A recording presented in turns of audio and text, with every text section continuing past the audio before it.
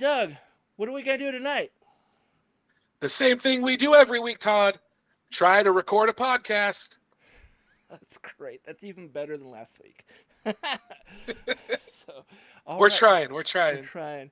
We're streamlining things a little bit this week. We learned from last week. I don't know if anybody noticed from last week's episode, but it's when I first uploaded it, I was kind of quiet because I thought maybe my mic was too hot, and I kept adjusting it to make sure I wasn't overpowering Doug. And then the end result was is you could barely hear me unless you cranked it all the way up. So I went in and increased the volume on that part of the podcast and re-upload it. So hopefully, if you haven't re-downloaded the last week's episode, you can do now and get the I wouldn't say improved audio, but louder audio. But this week I'm keeping an eye on the volume levels on OBS to make sure that I am not sounding like I'm in the other room when recording. So yeah, if we can just get a little bit better every week, who knows where we'll be in the long run. I think maybe I need to actually, can I adjust the volume on the mic itself? Let's see. Turn that up right there. Oh, hey, that's louder, right? I think you are louder now. There's an actual volume knob on this microphone, and there we go. Now I'm peaking a little bit better on the EQ. Talk some more, Doug. Todd's over there fiddling with his knobs. Yes, playing with knobs. They're sliders actually, but that's cool enough. But now I have Doug sent over some screenshots of tweets or posts or whatever. Memes and whatnot, Yeah, so now that's what you're going to, if you're watching the video side of this, that's what you're going to see. You're not going to see our faces for podcasting, and which is fine. You don't need to see us to hear us or understand.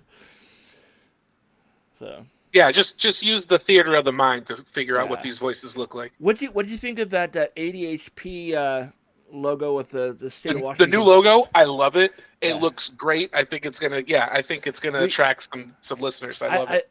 We can thank Microsoft Copilot for the AI artwork that is what it is. So it was one of the few that actually got the letters correct. You know how when you use AI and you say, I want this word on this thing, and it goes, oh, what are words? What are letters? And why do I have to use words? Are you sure this is supposed to be P? Maybe it's supposed to be an R or an F. Like, no, we want. And for some reason, it just has fingers melded into it. Or like if you're telling it to create a person, the person always has weird eyes, or like a weird mouth, or like 18 fingers. So, AI. People are worried that it's going to take over the world. When they figure out how to do a proper hand or a proper face, that's when we need to be worried. Yeah, once it does fingers right, run for the hills. So we got a lot to get to this week. We have a jam-packed episode. We've got a primary topic. We got news of the week. And then, as always, we'll finish up with a nice What's Geek this week to sort of cleanse our palates of politics. Cleanser. And in case this is your first episode, this is our second one, and this is ADHP, which is Attention Deficit Hyperactive Politics. Yeah. It's a couple of neurospicy dudes talking the weekly events, trying to just basically vent our frustrations with the world today, but we're also trying to come with some positive ideas and solutions to move forward on, and we'll see what happens. Yeah, sorry, I need to mute my phone. It just decided to give me a notification for something. It got excited. It's like, hey, don't forget to take out the garbage. So for those of you that heard last week's episode, we went over my 5 principles. One of those principles was to attack crime at the root source, which means universal health care and a basic income. Now, I came across something interesting today. We're recording here on Sunday, March 30th, 2025, and someone mentioned that Richard Nixon this was the cynical historian brought up in a video I was watching, that Richard Nixon actually favored a universal health care and a basic income plan.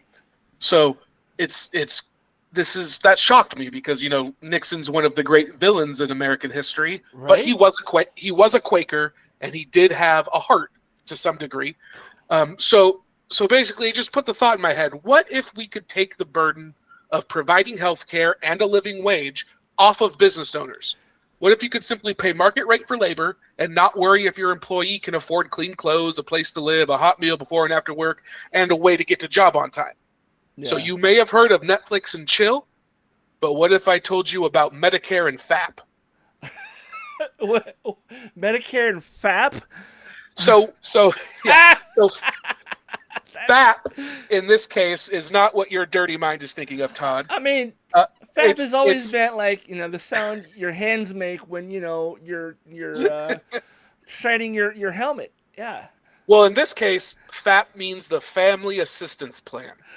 Oh, of So course it this, does. Just like yes, BBC always means British Broadcast Corporation. in my life, yes. I mean, But big so beautiful. Yeah. but the Family Assistance Plan was a welfare program introduced by Richard Nixon in August of 1969. So FAP came out of 69, Of course it did. which aimed. And what it did is it aimed to implement a negative income tax for households with working parents. So it was influenced by LBJ's War on Poverty, and it was meant to replace the aid to assist families with dependent children. So just a bunch of there's no fun acronym in that one. Okay. But it was essentially a universal basic income. And I feel like if Nixon and I can agree on something, maybe it's actually a good idea. So I I went in yeah. and I looked through kind of the history of basic income programs. We've had some in America, some pilot programs, and there's been others throughout the world. The most consistent benefit of basic income appears to be an improvement in mental health. And that's really important to this podcast. Yeah, it is. And arguably, that's a positive to every aspect of life. So some examples include in Manitoba, I just hit the mic, which is a great move by me. That's okay. I didn't hear it. Oh, cool. I'll smack this thing around all I want. We'll fap the mic. I apologize. I'll see myself out. But some examples include, so in Manitoba, Canada, they had a program. It saw a decrease in hospitalizations due to mental health diagnoses, as well as an increase in children completing education through 12th grade rather than dropping out early to work. In Native American communities, where they kind of reviewed how casino profits have been spread out as a basic income to tribal members, we saw lower instances of behavioral and emotional disorders and better relationships between children and their parents. That's good. And that right there is just going to increase education and basically having good citizens. And then another one I pulled out here is in Stockton, California. This was a recent one. They evaluated the results in 2019. They found that most participants had been using their stipends to buy groceries and pay their bills. And again, that's consistent in all these studies, is people aren't frivolously spending their money on drugs and that kind of stuff. That's one of the arguments always against the UBI. But here they used them to buy groceries, pay their bills. 43% had full or part-time jobs, and only 2% were unemployed and not actively seeking work. So whether or not the incentive to work diminished during these times, there was a positive psychological effect on individuals based on how they felt in having a guaranteed income each month. Right. It's weird. It's weird how people think, oh, they have a nice cell phone or they're driving a decent car. They must have money. Why are they in here? Why are they getting food stamps? Like, you don't know the guy's story. You don't know that, they could have lost their job in their house last week or last month. And the car they're using is like their mother's, or the phone they have is the phone they got when they still had a job and had a good credit rating. Things can change in 30 days. It doesn't, just because someone has an iPhone 13 or whatever the current one is, and and they're driving a 2016 car, doesn't mean that they're trying to scam the system. That shit can happen. So yeah. And most people are not 2 good months away from becoming millionaires, but almost all of us are 2 bad months away from being homeless. Right. Oh wow, that's a good analogy. I've never thought of it like that. It's the amount of wealth people have. There's no way they can spend it all in their lifetime unless they give mass amounts of it away. Like I think Bill Gates, like 10 years ago, gave away a bunch of money to the Washington State Special Olympics. I think it's actually closer to a decade ago, but still, he gave away millions of dollars just to help And kids who want to play sports. I think the best example of sort of philanthropy of that sort is Mackenzie Bezos. Like what the media doesn't cover, and maybe we'll cover this in a future episode, is she's been giving away her wealth. Like, right, she got half of Jeff Bezos's money in the divorce, and she's just been giving it away hand over fist to all these various causes. And the results of them are actually positive. There's actually good things happening Right. because of the monetary investment. It's And like, that's just, and it's stuff that we could do as a country through higher taxes, but again, the media doesn't cover the positive results there. I don't remember her name, but she was the daughter of Roy Disney, and she was talking about how like people like myself that have an unlimited source of income should pay more taxes than the average person in America because we have more money. We should be spending more in taxes because we have more coming in. So there should be more going out. And just the bottom line is if you are successful in this economy, that means, the economy fit you, it worked for you, Yeah. you benefited more from the economy, you have more to give back. Exactly. And then looking, there I go punching the mic again. Looking at holistically these various UBI programs, the lesson appears to be that providing a UBI, a universal basic income, sometimes called a guaranteed income, Alexander Hamilton called it a citizen's dividend.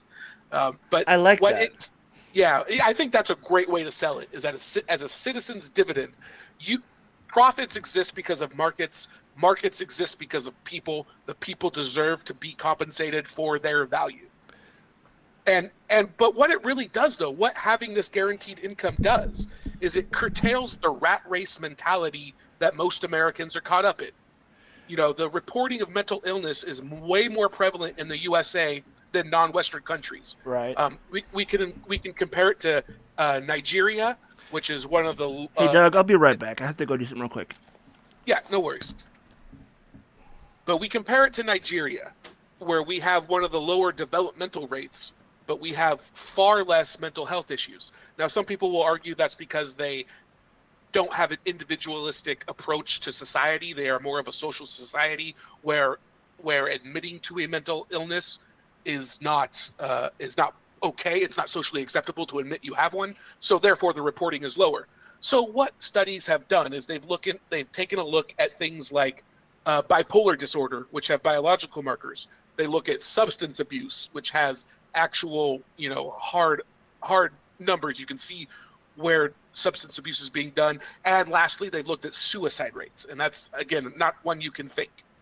And so what we see is that the USA leads by far in all of those categories of bipolar disorder, of substance abuse, of suicide rates, versus the less developed countries that have more that don't have the rat race that we do. So what I'm trying to get at here is that by having a UBI, basically people can relax and be themselves and focus on work that's good and needs to be done. So any drop in work incentive by a UBI is more than made up for by an increase in mental health. When people are mentally healthy, we are less likely to lose them to mental health disorders, to substance abuse, to suicide, and then you actually get more productivity out of them.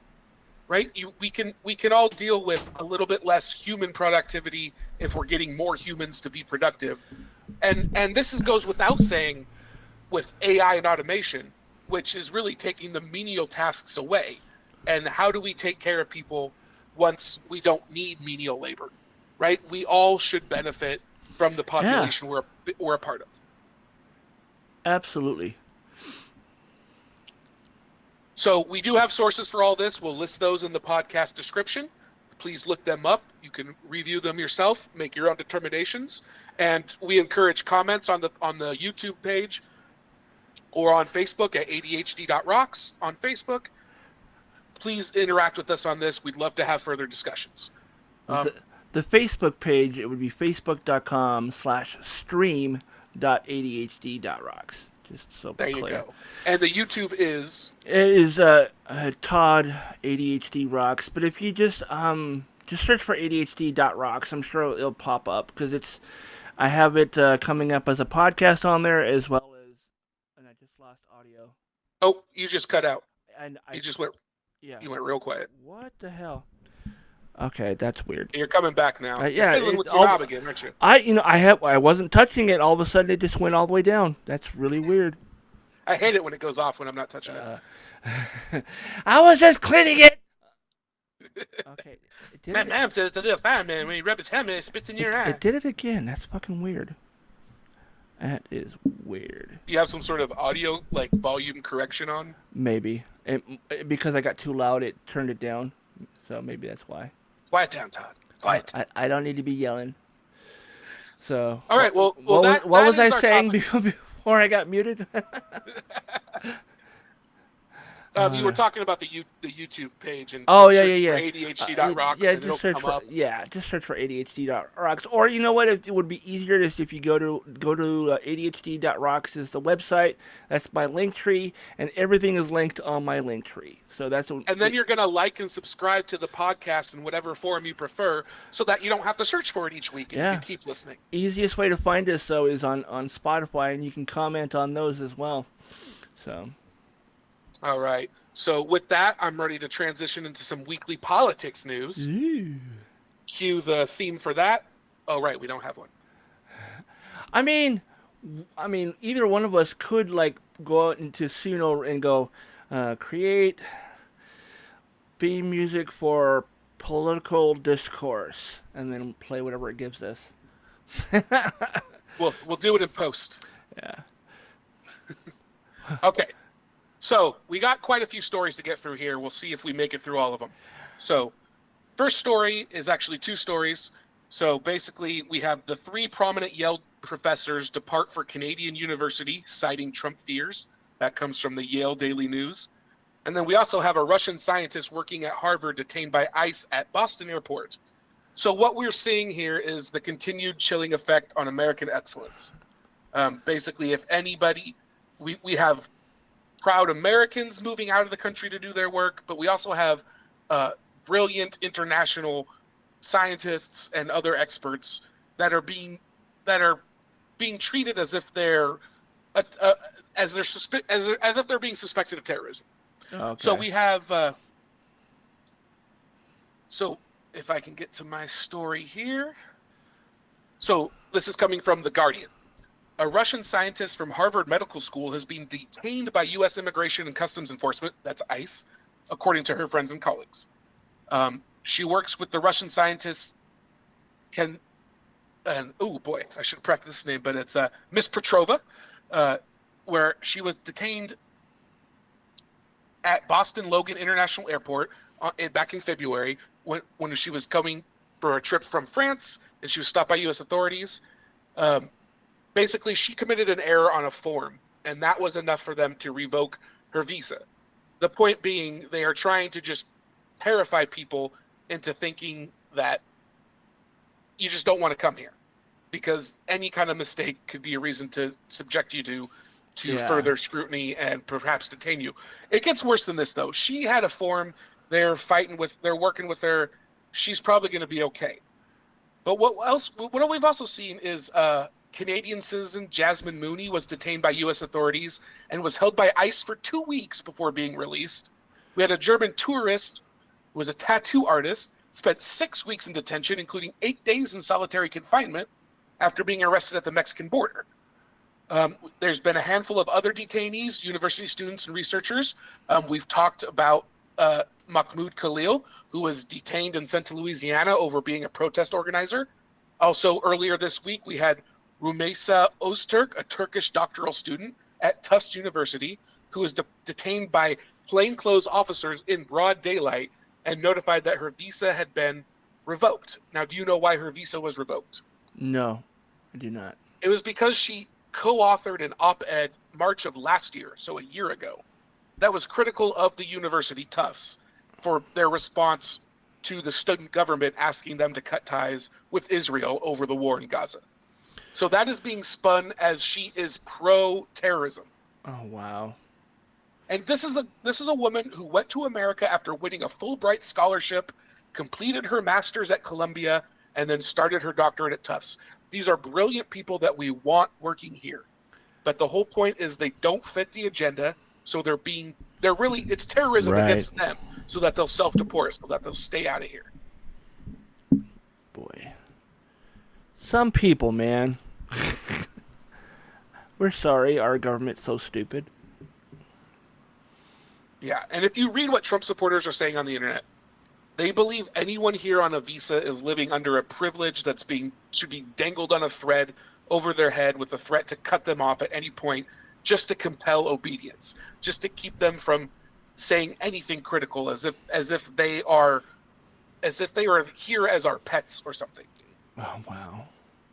But they ignore the Constitution. So the Constitution, over several cases over decades, has both outlined that people in the country, whether they're citizens or not, are protected by the Constitution, and that's been expanded over time through subsequent cases to not just include people who are here legally, but anybody that's here, whether they're illegal or not. They are at least owed due process. So in 1903, SCOTUS held that, quote, an alien who has entered the country and has become subject in all respects to its jurisdiction and a part of its population could not be deported without an opportunity to be heard upon the questions involving his right to be and remain in the United States, i.e. due process. Fast forward 50 years, 1953, the Supreme Court said once an alien lawfully enters and resides in this country, he becomes invested within the rights guaranteed by the Constitution to all people within our borders. But expanded to that in 1953, the court added, aliens, in a separate case added, aliens who have once passed through our gates, even illegally, may be expelled only after proceedings conforming to traditional standards of fairness encompassed in due process of law. And so what we see here is, as time has gone on, we have learned better and we have done better and we have defined these rights as anyone within our country because we're America. Like that's what we believe in. There's a separate link. We'll have links for all these stories in the podcast description. So please look those up. The next story is from ABC News. Museums and parks must remove some items related to race and gender.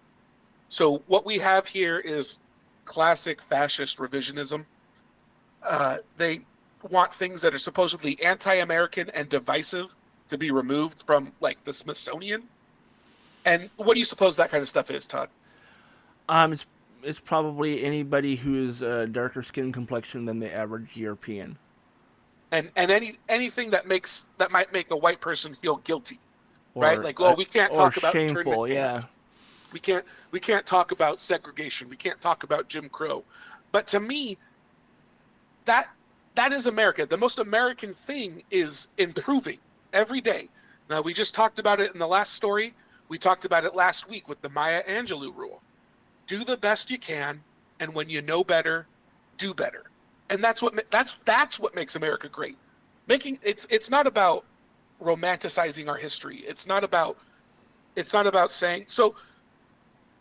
I want to read this highlighted section from the story about the museum. Okay. So this comes from an executive order that Trump signed. The order said that the exhibits and programs that it seeks to remove undermine the nation's, quote, unparalleled legacy of advancing liberty, individual rights, and human happiness by casting its success as, quote, inherently racist, sexist, oppressive, or otherwise irredeemably flawed. So that's the point of the order. It feels like we can't mention the things that make America seem irredeemably flawed. But that's what's great about America, is that as flawed as we are, as flawed as we've always been, it's never been irredeemable. Right. For God's sakes, we were the country of slavery. We were one of the last countries to end slavery. We saw Haiti end slavery, and we outcast them. We blockaded them. We wouldn't let them have trade with us, and Haiti still suffers to this day from choices America and her neighbors made back in the 1800s revolving Haitian slave revolution. but we still got better. We got over it. We moved ahead. And the next phase of it was Jim Crow and segregation.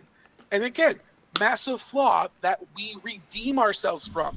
But the only way we redeem ourselves is by acknowledging it and doing better. When we know better, we have to do better. But that's what's great about America. It's like people who are anti-science. And they say, oh, well, science is constantly changing its conclusions. And that's the point. That's how science works.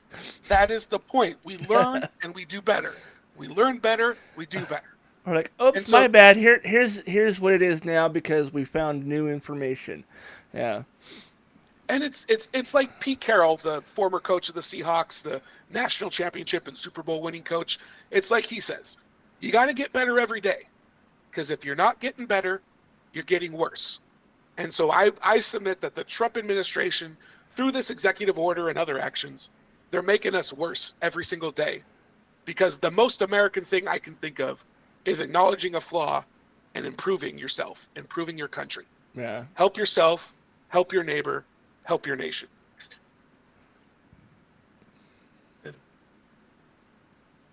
Any other thoughts on that before I move to the next story? No, go ahead.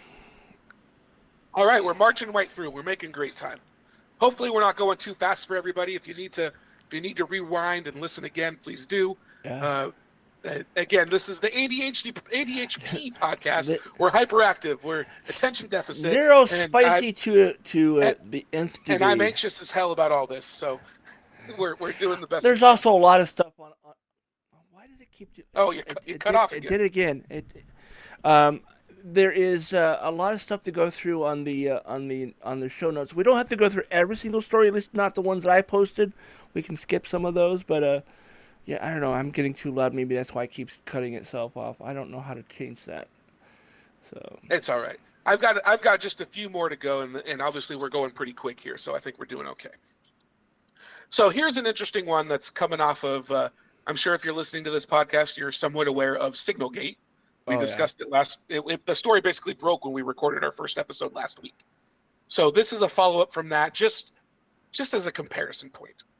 So, excuse me. So I've got all my links up, but I don't have them in the correct order. There we go.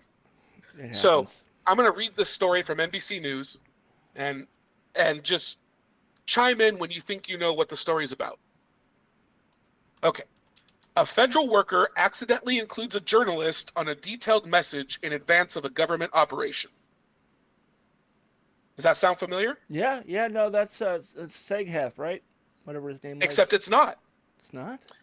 While that sounds like the case of the Atlantic editor-in-chief being added to a group signal chat by Trump's national security advisor, Michael Waltz, it's actually a Department of Homeland Security employee who told colleagues she inadvertently sent unclassified details of an upcoming ICE raid to a journalist in January.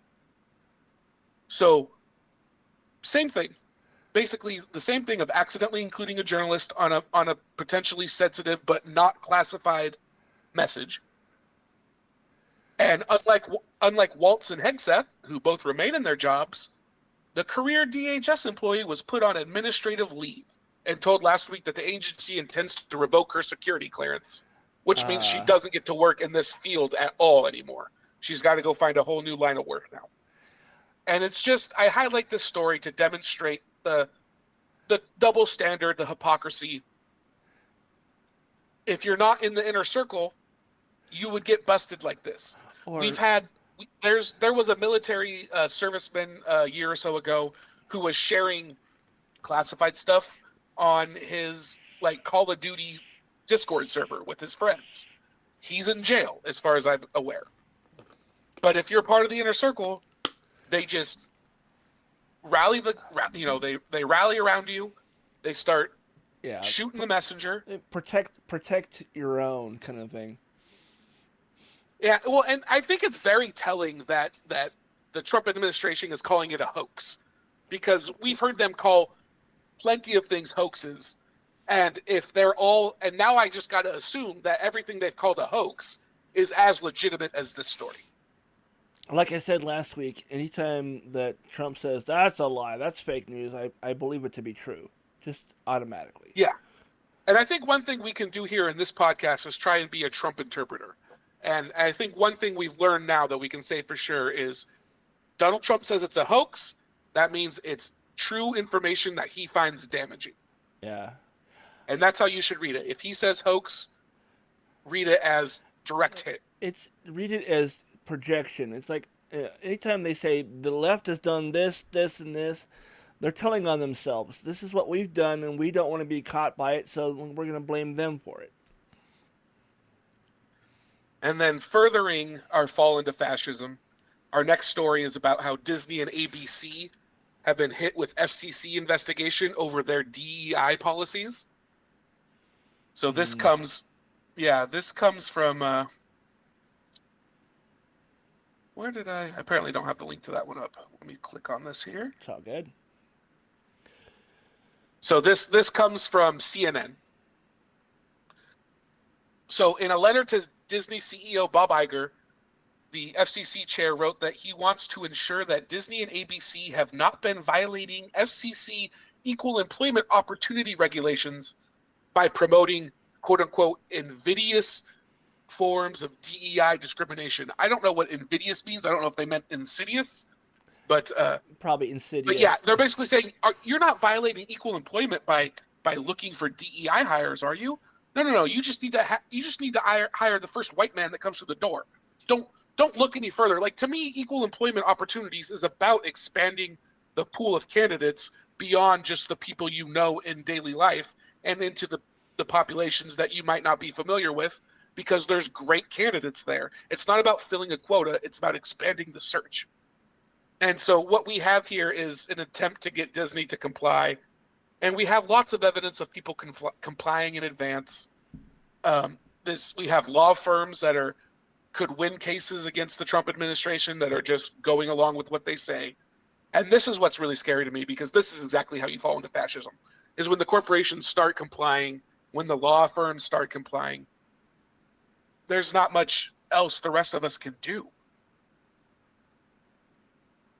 Right.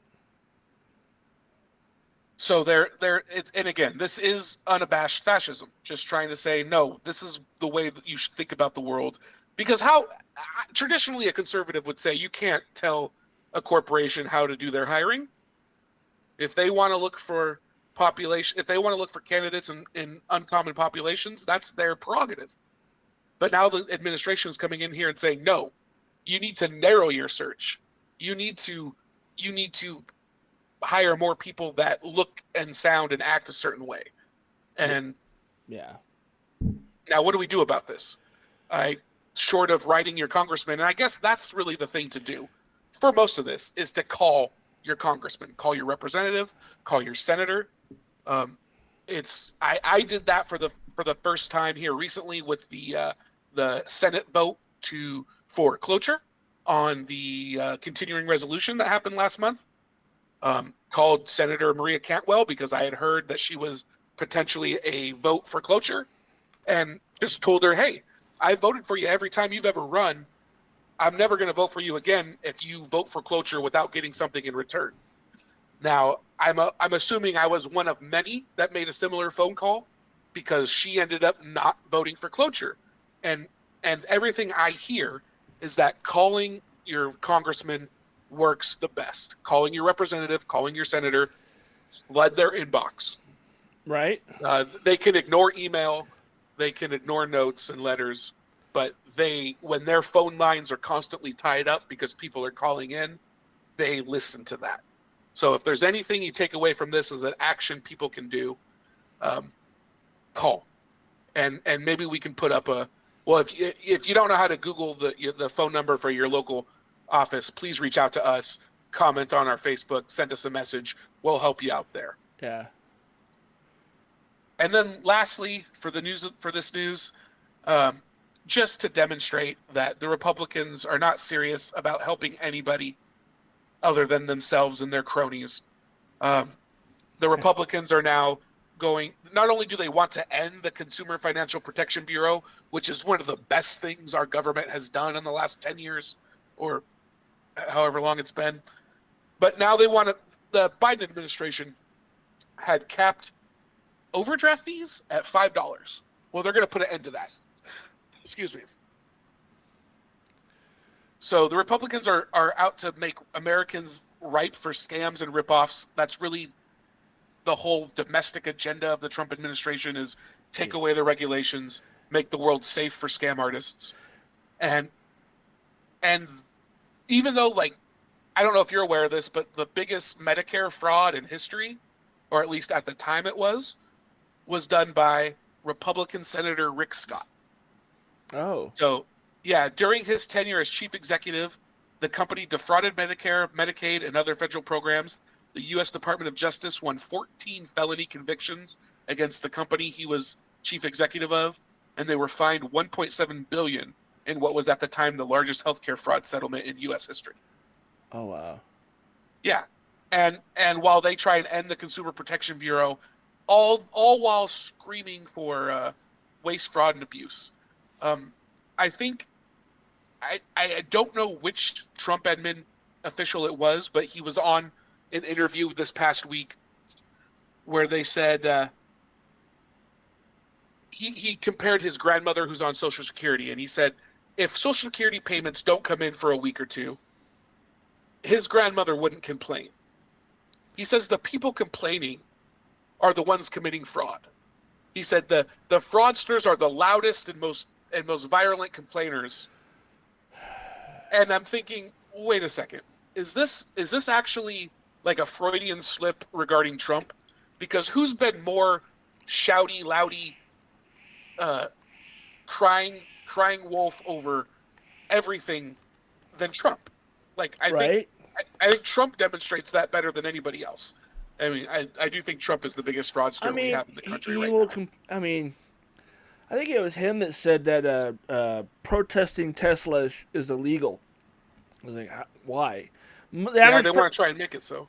The average person can't afford a Tesla, so who are you going to come after? You're going to come after someone who spent $1,000 on a used car? Are you going to come after that person? I don't know. It's ridiculous. And then, have you seen the video? I don't know what it was for. It was some news broadcast where Elon was basically, he was whining. He was like, it's not fair. He got on stage and he made fun of my company because his stocks had dropped. Oh, he was talking about Tim Walz. Yeah. He's like, he's a jerk. I'm like, okay. Yeah, I saw a great comparison on that about so 1 week Musk is saying that empathy is a great weakness. Right. And then the next week, my feelings are hurt because he's making fun of my stock price. Yeah, empathy for thee, but not for everyone else. The one that cracked me up is the audio from him saying that, and then the video is showing him running on stage with a chainsaw. Right. So. Which, of course, was a nice little rendition of the Argentinian president who was trying to use a chainsaw on stage. Oh, is that what he was poking fun of that guy? Okay, I didn't know. He was mimicking it because they're all these. That's the guy in Argentina who pulled a crypto scam on his country, which is also very similar to Trump, who's pulled a crypto scam on his own supporters the day before his inauguration this year. So, like, didn't Elon have like a crypto thing happening where he called that Doge as well? There was a Dogecoin. I don't know if that had anything to do with Elon, because that was, but it might have. I mean, I remember him talking about it. There was like one of the last times I ever tuned into to Joe Rogan's podcast. He was talking about Doge for like 10 minutes. I was like, I don't care about this shit. I'm gonna turn this off. And that was the last time I ever listened to that podcast. But when he's so nice, Dogecoin is a cryptocurrency created by software engineers Billy Marcus and Jackson Palmer, who decided to create a payment system as a joke. And the value of Dogecoin right now is currently 18 cents. Okay, that's funny. Because he was promoting the hell out of it on Twitter back when that first all came they out. do is they create a meme coin to go viral so they can pull a pump and dump scheme is what they're doing. Okay. Is they get people to buy in right away after they're already they're bought in from initiating the coin, and it's illegal in a lot of ways depending exactly how you do it. but no one is doing anything about it right now. Yeah. Well, so that's the thing. When people start talking about the Department of blah blah blah blah blah, whatever the acronym for Doge is, I was like, Doge. Why is everyone talking about this Dogecoin thing? Because that's what I initially thought they were talking about. I thought talking about this fucking cryptocurrency, and I was like, did the U.S. government just now make that an official currency of our country? What's going on? And then I realized it's whatever Elon's in charge of in our federal government, which. Yeah, he named it. He gave it the acronym that came out to be Doge because he thinks he's riding on viral success, and he just wants to be hip, and he thinks that's a clever way to do it. He and likes get that. The kids all on board. He likes that word, is what it is. It's one of his hyper focuses, I think, because he talked about I think he even talked about Doge when he hosted SNL a few years back too. So it's it's just like his obsession with the letter X. Exactly what I was going to say. It's just like X for him. Yep. Yeah, no, he named all of his kids a variation of X. Like his trans daughter, or her dead name starts with an X, and then his newest kid, the one who told Trump he's not the president, also named his X.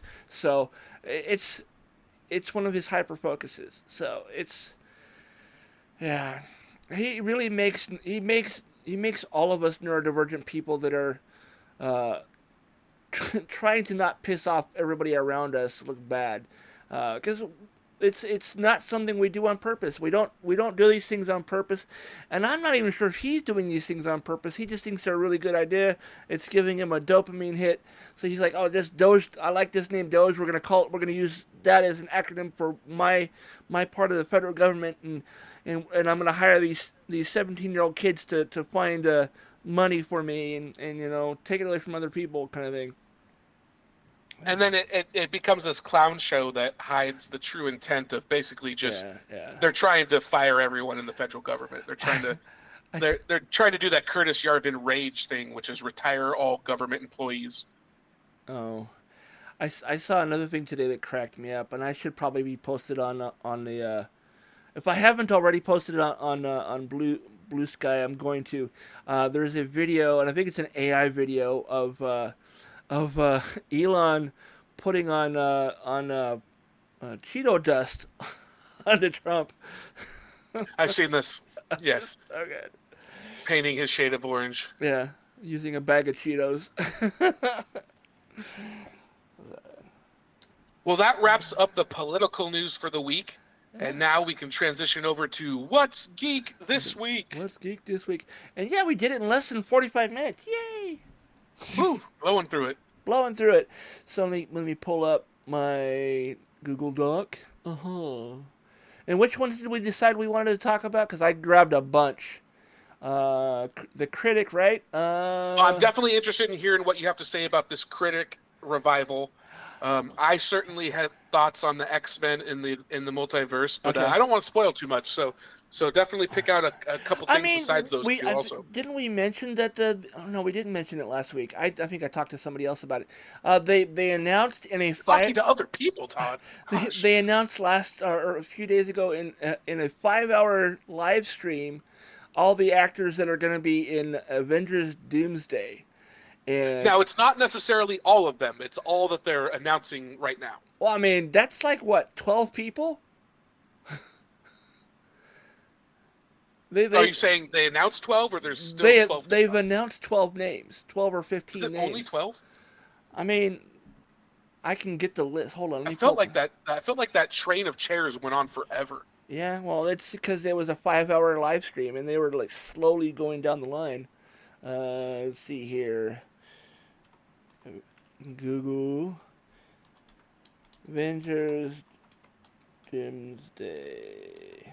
I did know that Patrick Stewart and Sir Patrick Stewart and Sir Ian McKellen are coming back. We can only assume that they're going to be playing Xavier and Magneto, but you never know. They might have something else for him because RDJ is going to be Doomsday. He's not going to be Iron Man. So it's possible these people are coming back as somebody else entirely, right? Nope. Yeah, they could do a weird multiversal swap here where everybody's somebody else. So But I pulled up the IMDb page, full cast and crew, and it shows here that uh, James Marsden is coming back as Scott Summers slash Cyclops. Rebecca Romaine is coming back as Mystique. Sir Patrick Stewart is in fact going to be Professor Xavier or Professor X. Tom Hiddleston will be Loki. Let's see who else. Channing Tatum is going to be playing Gambit again because we didn't get enough of his terrible accent in the Wolverine in Deadpool movie. I loved it. I loved his was portrayal. he looked and sounded just like what we expect him to sound like, but it was I think he could have pulled a little bit back on the accent. It didn't have to be quite so thick. Where is it? Eric Lensher is in fact Ian McKellen, and so yeah, it's basically. You want me to go down the list of all the people that they've announced so far? Now, real quick, do you think that IMDb has an inside scoop on this, or do you think that IMDb is just assuming that they're playing those characters? Well, these are all the names that were on that video, that 5-hour video. These are all the names. I watched the abridged version of the video, which just basically showed up all the different chairs that they showed.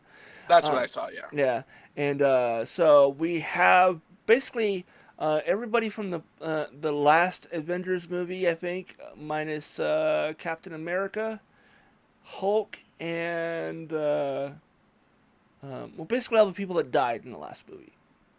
Was Chris Hemsworth on the list? Chris Hemsworth is playing Thor in this movie, yes. Anthony Mackie is Sam Wilson, Captain America. Bucky Barnes, Sebastian Stan. Let's see here.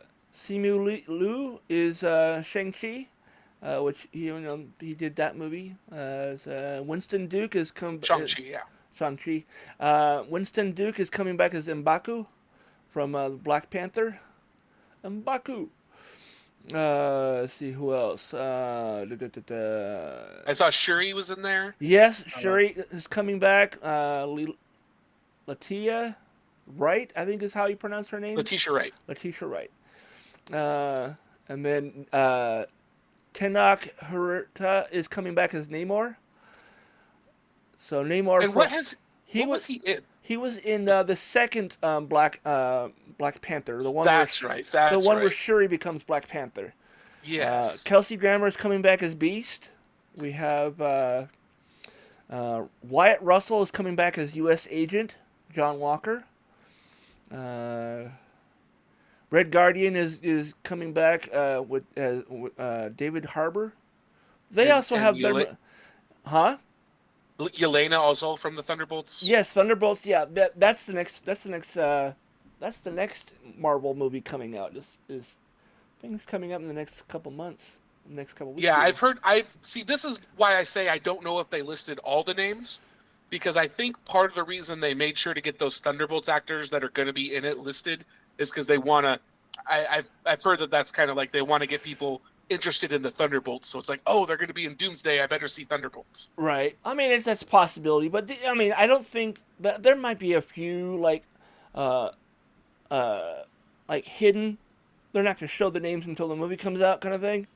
I'm sure we might. I'm assuming, and I don't know for a fact, but I'm assuming that at some point we're going to see Deadpool and Wolverine in there, maybe as a quick little. They're hiding in the room, kind of like they did the X-Men in the second Deadpool movie, where everybody was just hanging out in the room.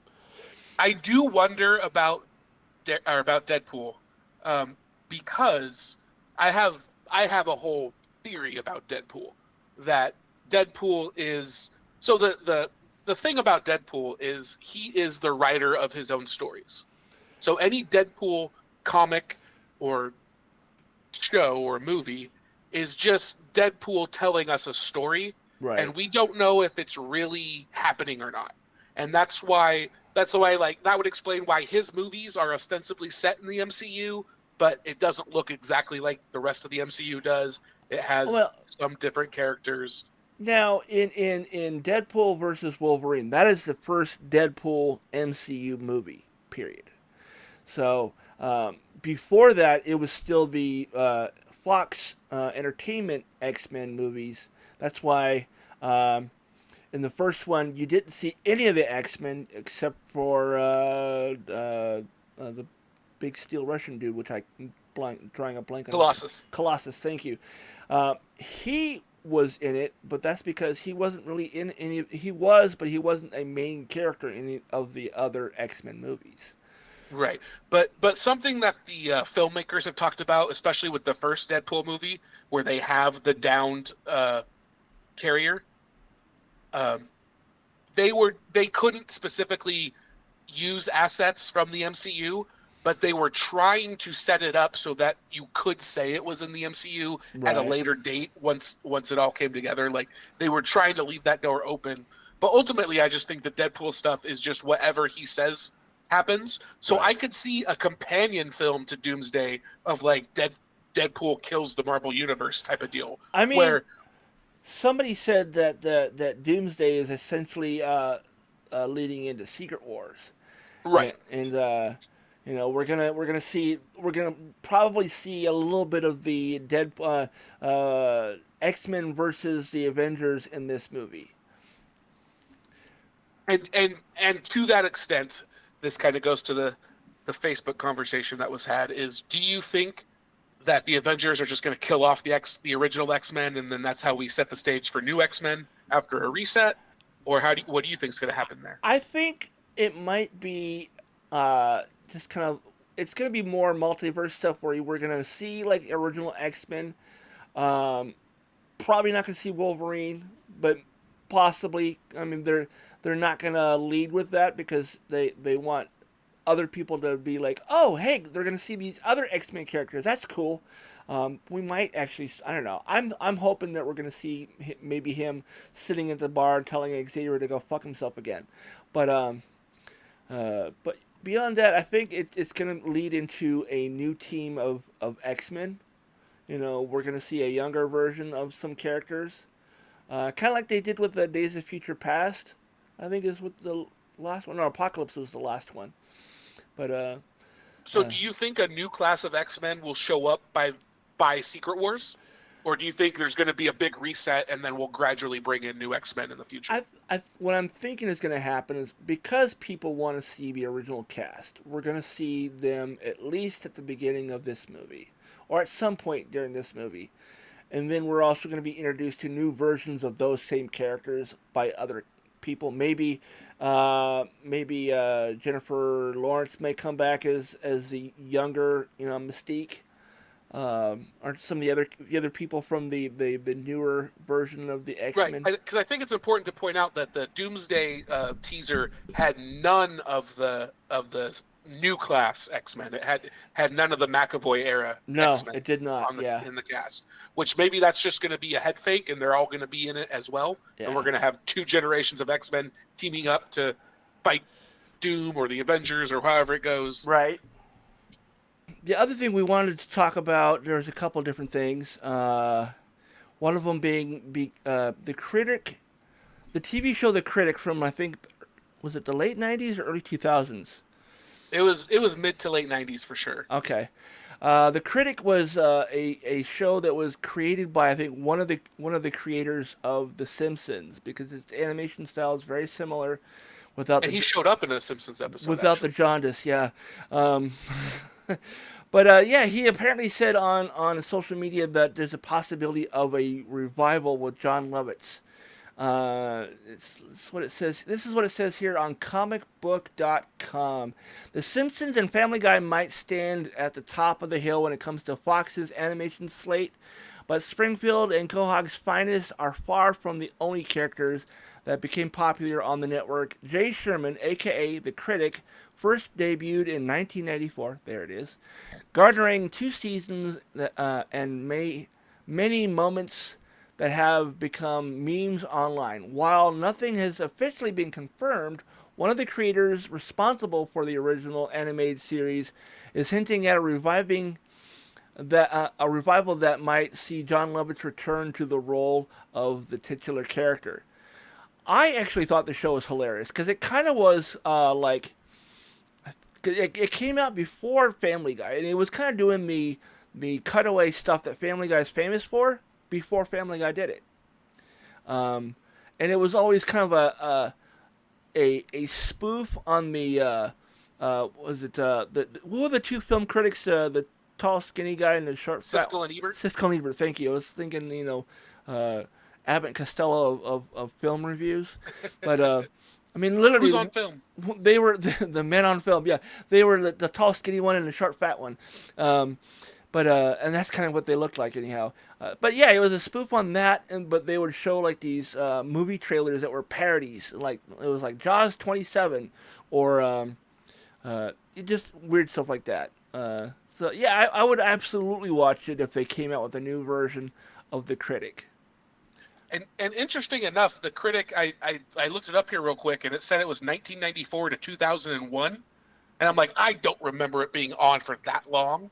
But it was only 3 seasons. So it's actually been revived once before. So it had a season in 94, a season in 95, and then season 3 is in the year 2000. Yeah, season 3 was like a web series, if I remember. It was on YouTube. But okay. Yeah. Well, YouTube didn't exist yet, but well, I mean, it was online either way. So, but it was a web series. I remember that. And funny enough, episode 1 of season 3 was about the X-Men. And we've got Wolverine and Cyclops and Storm right here in the thumbnail. But yeah, no, it was his catchphrase, "It stinks," But no, it's one of the characters that John Lovitz does that makes me laugh and not want to change the station, because his characters are always kind of hit and miss with me.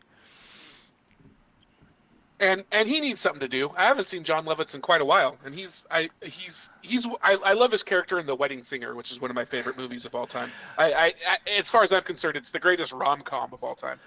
Well, and that character is at the beginning of Little Nicky too. Yes, which is one of the worst films I've seen in a theater, I think. I love that movie. It's so funny.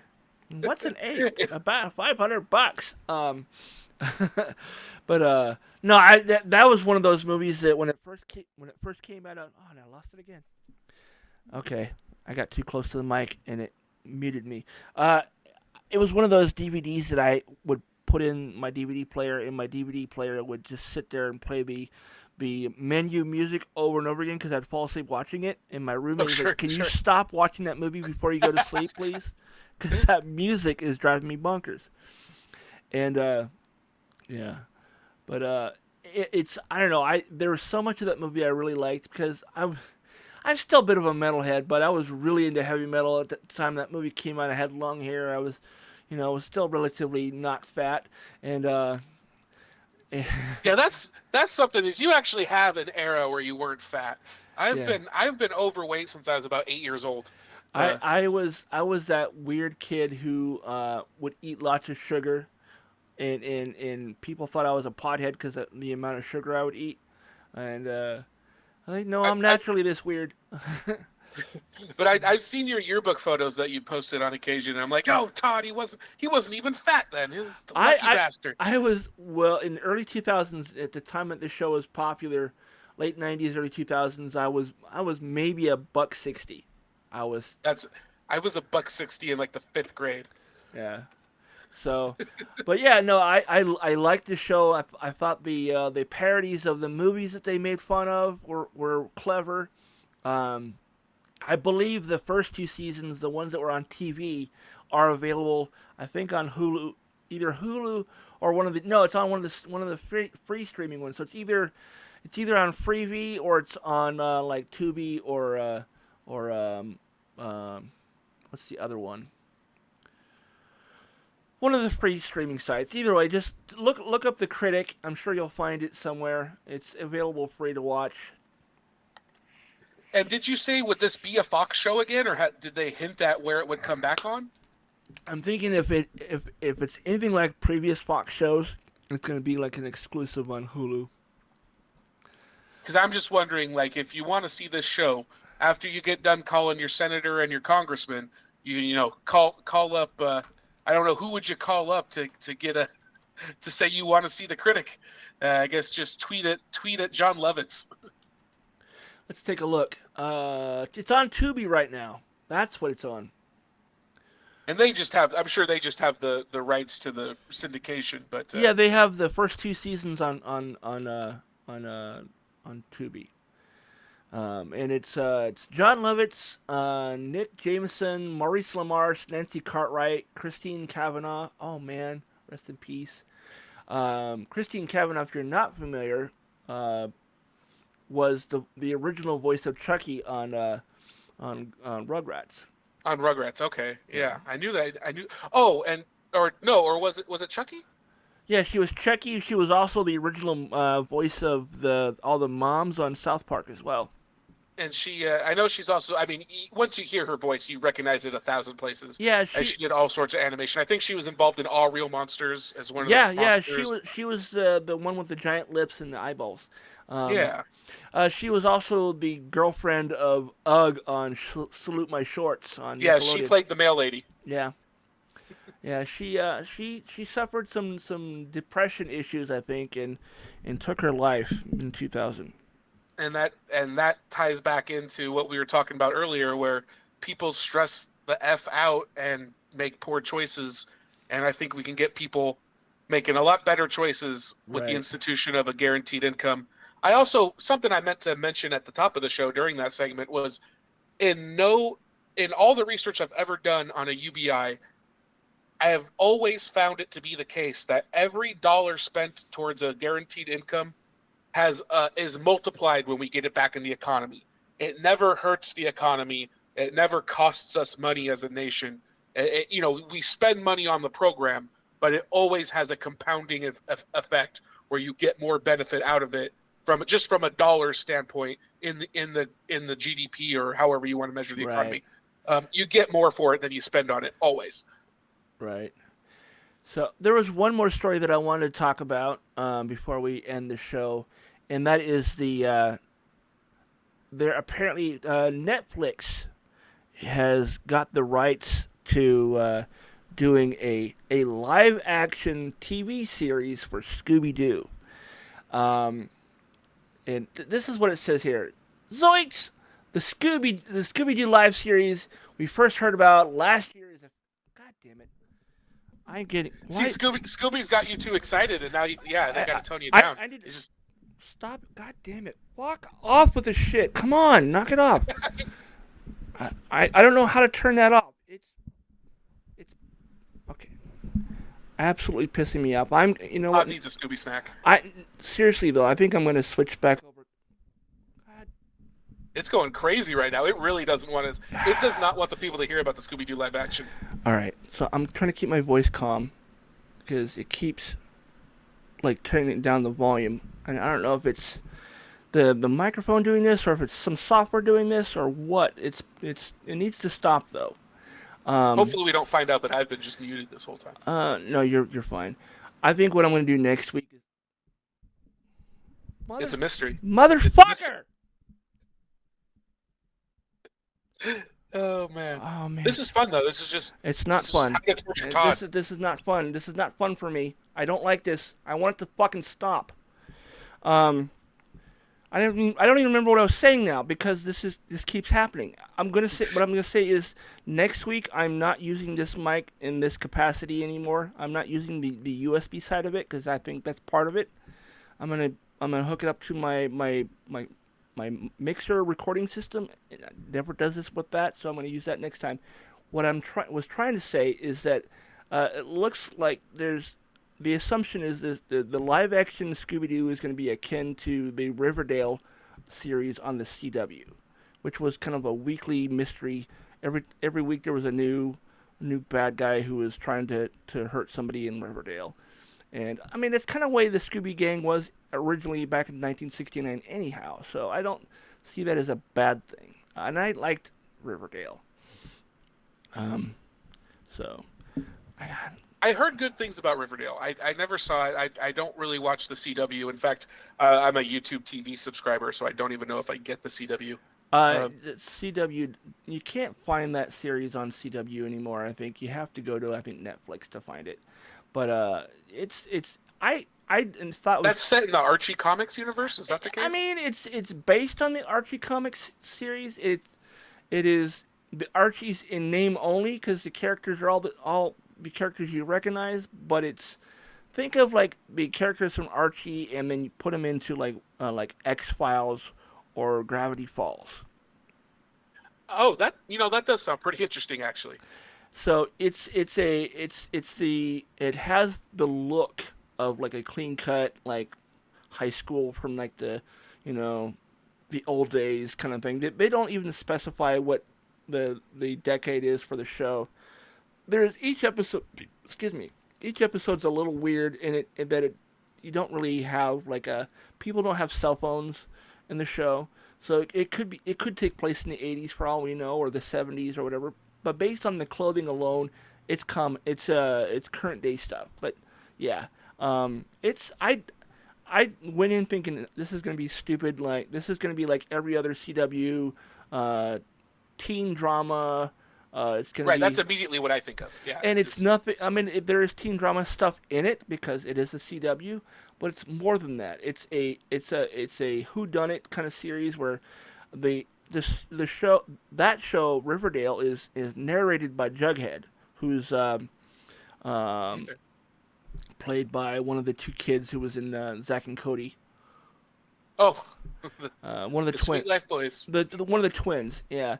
And so he narrates the whole series, hi, my name is Jughead, blah blah blah blah blah, and weird shit happens in my town of Riverdale, and towards that series end, they kind of like did some crossover with Sabrina the Teenage Witch, and because that's also written by the same people, the original comics. The original Marissa Joan Hart.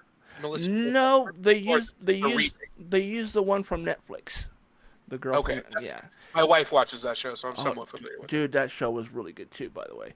I really enjoyed both shows. If you haven't watched Riverdale, I recommend it, especially if you like kind of like the murder mystery type stuff.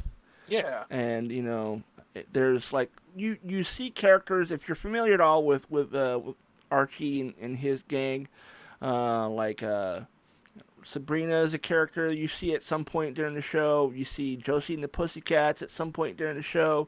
The Groovy Ghoulies. These are all cartoons from like the 60s and 70s for me.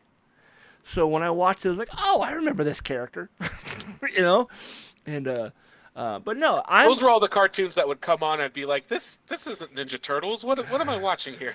Yeah, like we said earlier, I'm 10 years, give or take a couple years older than Doug. So for me, my childhood resides in the 70s and 80s. And so a lot of the stuff that I'm looking at, I'm going, oh, this reminds me of when I was a kid. And he's just like, oh, this looks familiar. I kind of remember this when I was young. But this God damn it, brain, live action Scooby-Doo is going to be an hour TV show. And what I would love to see in this TV series is I would love it if Matthew Lillard was Norval's dad.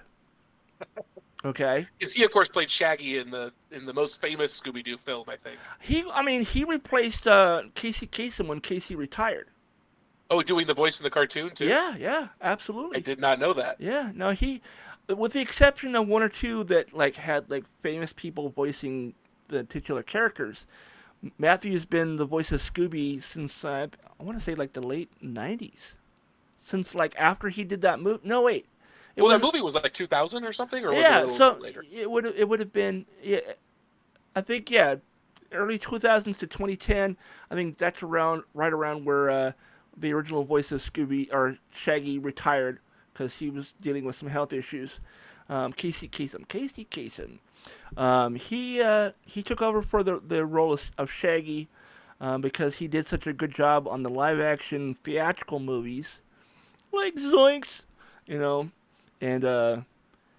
he was actually one of the people that was very vocal about the last Scooby-Doo movie that came out in theaters called Scoob. He's like, I don't know why Warner Brothers didn't have me and the rest of the original cast do it for this movie because, let's be honest, the character voices they chose were not great. Was that an animated feature? Yeah, it was supposed to start a Hanna-Barbera universe in movies. Oh, well, that would have been interesting, but it didn't work out, did it? It didn't work out because you find out later in the movie that the bad guy is Dick Dastardly, okay? And I don't know if you remember who Dick Dastardly is.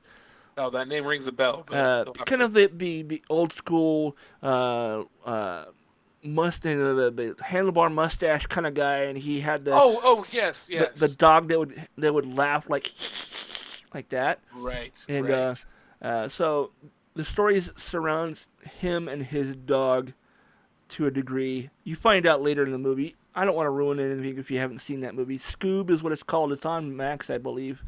It's not a terrible movie. It's kind of an origin story for Scooby and Shaggy. But that was supposed to start a whole movie universe of Hanna-Barbera characters going from Scooby-Doo all the way over to Blue Falcon and all this other stuff. And it didn't do well and I believe it didn't do well in theaters because they had celebrity voices doing Fred, Velma, Daphne, and Scooby and Shaggy. Although Scooby was voiced by the current actor who does Scooby. He's the only person out of the entire cast who carried over from the previous cartoon TV shows and other animated movies that went straight to video. Frank Welker, the voice of several generations at this point. He was the original actor who plays Fred and has played Fred since 1969, with the exception of 3 or 4 movies and in maybe 1 or 2 animated series. But he's been Fred almost in every incarnation. I think it's in his contract that he has to play at least one character in Scooby-Doo, whether if it's not Scooby or Fred, it's something. He played Fred's dad in Velma, I believe. And he's one of the more famous voice actors in everything. I mean, he's been on Inspector Gadget, Super Friends, Spider-Man and His Amazing Friends, Muppet Babies. Dude, he was... So, you name all these... The thing is the voice he used in Spider-Man and His Amazing Friends is the same voice he uses for Fred. That's his normal speaking voice. That's the way he talks. He doesn't change anything when he talks like Fred. He's also the voice of Ray Stantz in The Real Ghostbusters, as well as Slimer. He's Dr. Claw in Inspector Gadget, which is the same voice he uses for Soundwave in Transformers, and the Cave of Wonder in Aladdin. So he's like a voiceover god. Anytime I meet a voice actor, I say, "Tell me a Frank Welker story. I want to hear something about Frank Welker." And they're always happy to tell stories about Frank because he's that cool of a guy. And speaking of cartoons coming back, I also saw this week that Darkwing Duck is coming back with the original voice actor as well. Really? They're bringing back Darkwing Duck with Jim Cummings? Cool. Yep. I met him last year and 10 years ago. Both times he did Taz for me, which I immediately turned into an 8-year-old kid. Even though his version of Taz came out when I was in my late teens, Tazmania was a fantastic cartoon. It's on Max if you haven't seen it. It came out in the early 2000s or maybe the 90s. I can't remember which, but it's kind of like just Taz being a Tasmanian devil in Australia or Tasmania, and he is it's kind of like a family sitcom where he is the oldest sibling, I think, or maybe he's the middle child, because he has a sister and a younger brother in that show. And so I met Jim Cummings last summer at SummerCon here in Washington State. Washington State SummerCon happens every June at the Puyallup Fairgrounds or Washington State Fairgrounds, wherever they want to call it now. Yeah. And he's also the voice of Tigger and Winnie the Pooh. Yep. And he's also the voice of Hondo Tanaka, one of the characters from Star Wars, Clone Wars, and Rebels. Hondo. He is also a character you see at the Galaxy's Edge at Disneyland. And when I met him, I was like, man, I was just at Disneyland a couple weeks ago. And I heard your voice so many times in that park. He's like, oh, yeah, I do this, and this. Oh, and they just added me on this. I was like, yes, I heard all of that. He goes, cool. Yeah, no, he seemed like a nice enough dude. I did find out that recently that he is a Trump supporter. So I luckily didn't know that when I met him, because I probably would have said something. I'm like, yeah, how about that, Jim? What do you say? I wonder if he still is, given the light of this second administration stuff. But I mean, I remember when the pandemic hit, he was like repeating all the stuff Trump was saying, and people shut him down quickly. He's like, no, Jim, that is not how that works. He goes, apparently I was wrong. So, well, at least he can admit that. Yeah. That's a big thing. Yeah. I mean, I think he's just trying to like keep himself from getting himself into like, how do they put it, like social cash, where he loses his social, Oh yeah, he wanted to keep his social capital. Capital. That's the word I'm looking for. And but no, he seemed like a nice enough dude. He was really cool. I mean, I spent a lot of money getting an autograph and stuff, so I'm glad he was nice. But I met him that day, and I also met damn it, I just forgot his name. The guy who does the voice of Goofy, and I can't remember his name right now. Oh yeah, I can't pull those. Yeah, either way, he's been Goofy for like the last 35 years. Super nice dude. Geek. Yeah.